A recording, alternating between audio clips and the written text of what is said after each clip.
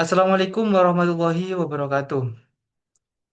Pada kesempatan kali ini, kami akan mempresentasikan tentang ransomware lumpuhkan pusat data nasional.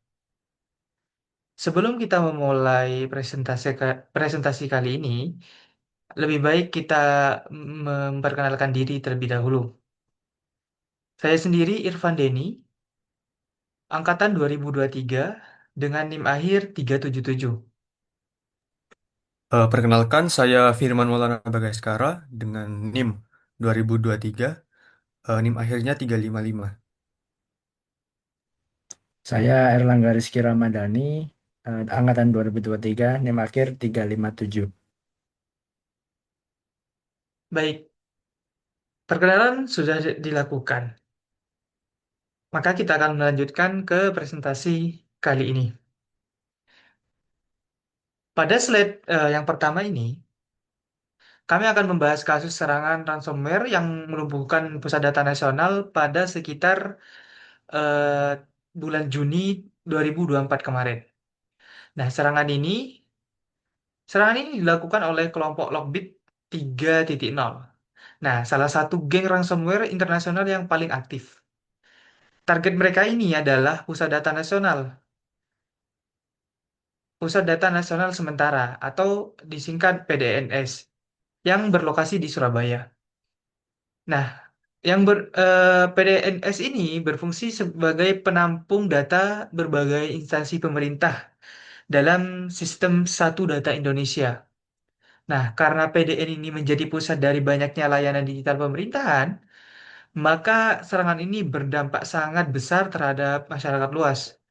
Nah, dalam presentasi ini kami akan membahas dampak serangan, jenis kejahatan cyber, dilema etis, pelanggaran kode etik profesional, hingga rekomendasi preventif berdasarkan prinsip etika profesi ACM dan IEEE. Lanjut.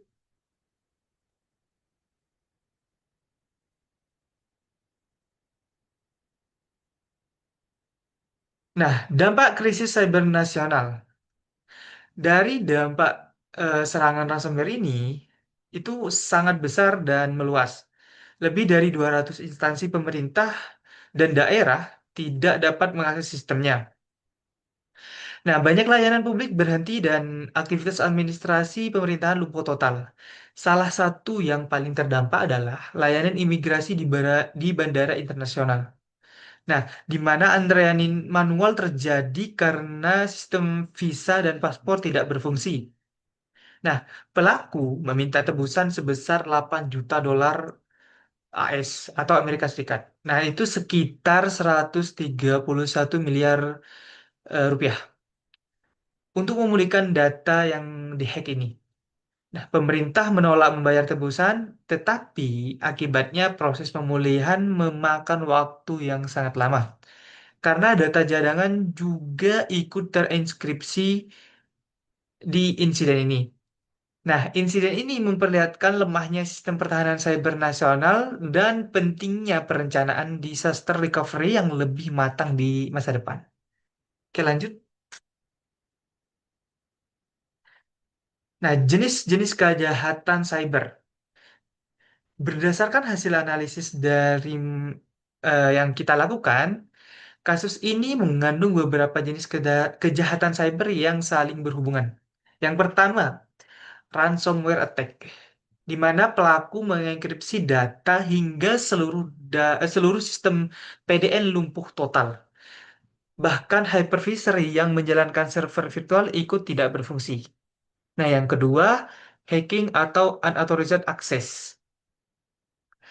Pelaku terlebih dahulu menembus jaringan PDN melalui kerentanan sistem atau phishing terhadap admin yang memiliki akses tinggi.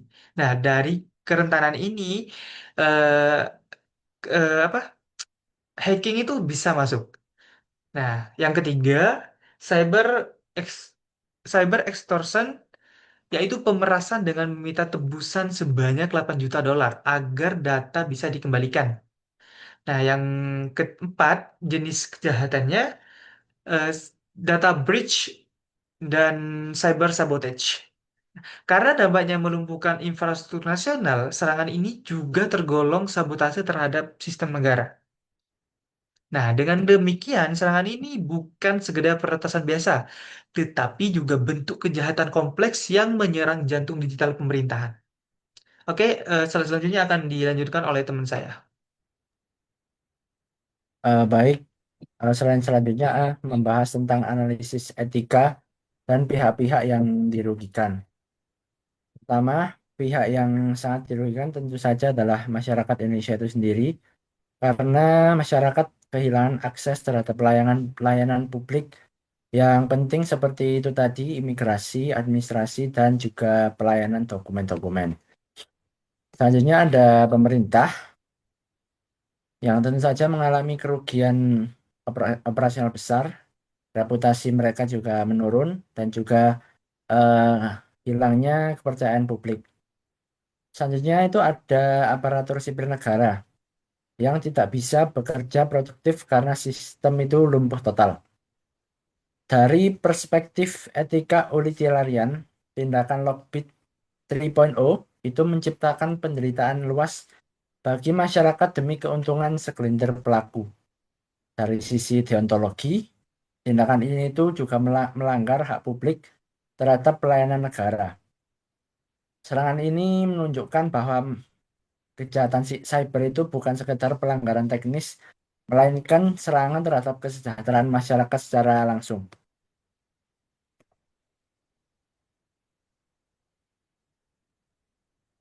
Selanjutnya adalah dilema etis, membayar atau tidak. Nah, salah satu dilema utama dalam kasus ini itu adalah apakah pemerintah itu sebaiknya membayar tebusan atau tidak. Dari perspektif utilitarian, membayar mungkin dianggap benar karena bisa segera memulihkan 200 lebih layanan publik dan mengurangi penderitaan masyarakat. Namun kalau dilihat dari sisi deontologis, membayar itu adalah tindakan yang salah karena berarti tunduk pada pelaku kejahatan dan berpotensi membiayai serangan selanjutnya. Pemerintah akhirnya memilih untuk tidak membayar karena alasan moral dan juga strategis. Setelah itu, eh, ada beberapa hal yang bisa dianggap strategis di sini ya. Salah satunya itu membayar akan memperkuat ekosistem kriminal cyber. Kedua, Indonesia itu bisa dianggap sebagai target yang mudah ditekan, mudah ditarget gitu. Ketiga, tidak ada jaminan data tersebut bisa pulih meskipun uang sudah dibayarkan. Keputusan ini tuh menyebabkan pemulihan lebih lama, tapi mencerminkan sikap etis bahwa negara tidak tunduk pada pemerasan digital. Selanjutnya adalah tanggung jawab moral profesional. Dari sisi etika profesi ada dua yang memegang tanggung jawab moral. Pertama, pelaku kejahatan cyber yang sudah jelas memiliki tanggung jawab penuh atas tindakan kriminal dan motif finansialnya. Kedua, penyedia sistem atau pengelola PDN yang memiliki tanggung jawab etis untuk memastikan sistem nasional aman. Pemerintah dan profesional IT yang menangani PDN memiliki duty of care, yakni kewajiban moral untuk menjaga data publik yang dipercayakan pada mereka itu. Nah, jika ditemukan kelalaian seperti patching yang tidak dilakukan tepat waktu atau konfigurasi mereka yang lemah, atau bahkan ketiadaan waktu untuk backup yang terisolasi, maka hal itu bisa dianggap sebagai kelalaian etis dan profesional. Dengan kata lain, serangan ini tuh mengingatkan pentingnya tanggung jawab moral dalam peran profesional IT. Untuk slide selanjutnya akan diteruskan pada teman saya, Firman.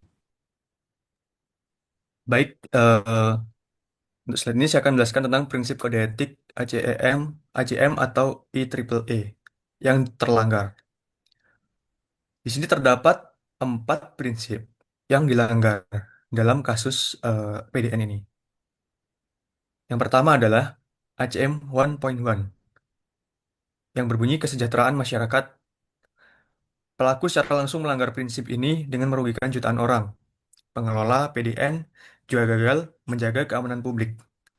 Yang kedua adalah ACM 2.9 sistem aman dan andal. Profesional IT harus membangun sistem yang tahan ancaman, tetapi backup PDN terbukti tidak berfungsi. Lalu yang ketiga, ACM 1.2, hindari kerugian. Pelaku sengaja memaksimalkan kerugian publik, sementara pengelola lalai mencegatnya. Yang keempat adalah IEEE nomor satu, yaitu keselamatan dan kesejahteraan publik. Prinsip utama bahwa kesejahteraan publik di atas segalanya, tidak dijunjung tinggi. Kasus ini membuktikan bahwa kode etik profesional bukan sekedar teori, tapi pedoman moral nyata yang harus diterapkan dalam sistem berskala internasional atau sistem berskala nasional. Next, selanjutnya adalah rekomendasi teknis dan kebijakan. Pertama adalah terapkan strategi backup 3, 2, 1, 1, 0, yang artinya adalah 3 salinan, 2 media, 1 offset, 1 offline, dan 0 error. Yang kedua, terapkan Zero Trust Arsitektur, di mana semua akses harus diverifikasi. Yang ketiga, lakukan patching proaktif, agar celah keamanan tidak dibiarkan terbuka.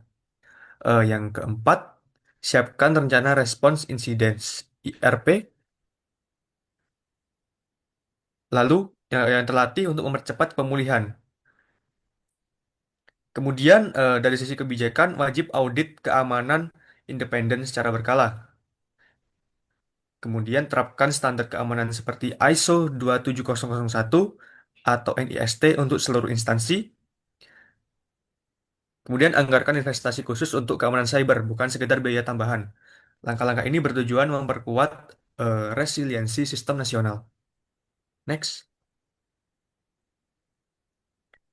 budaya keamanan organisasi. Keamanan cyber tidak cukup hanya dengan teknologi, tetapi juga harus didukung oleh budaya organisasi yang sadar keamanan.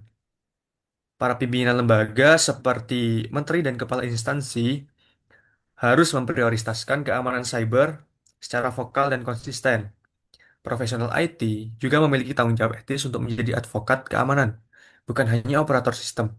Jika mereka menemukan celah atau kekurangan, mereka wajib menyampaikan secara terbuka dengan pendekatan profesional. Selain itu, perlu adanya akuntabilitas profesional, di mana kelalaian terhadap SOP harus memiliki konsekuensi yang jelas. Dengan budaya seperti ini, lembaga pemerintah akan memiliki ketahanan yang seimbang antara pencegahan dan kemampuan pulih dari serangan. Next, penutup. Baik, dari yang kita bahas dari sebelumnya, dapat diambil sebuah kesimpulan di mana kasus ransomware PDN ini adalah peringatan keras bagi keamanan digital nasional di Indonesia ini.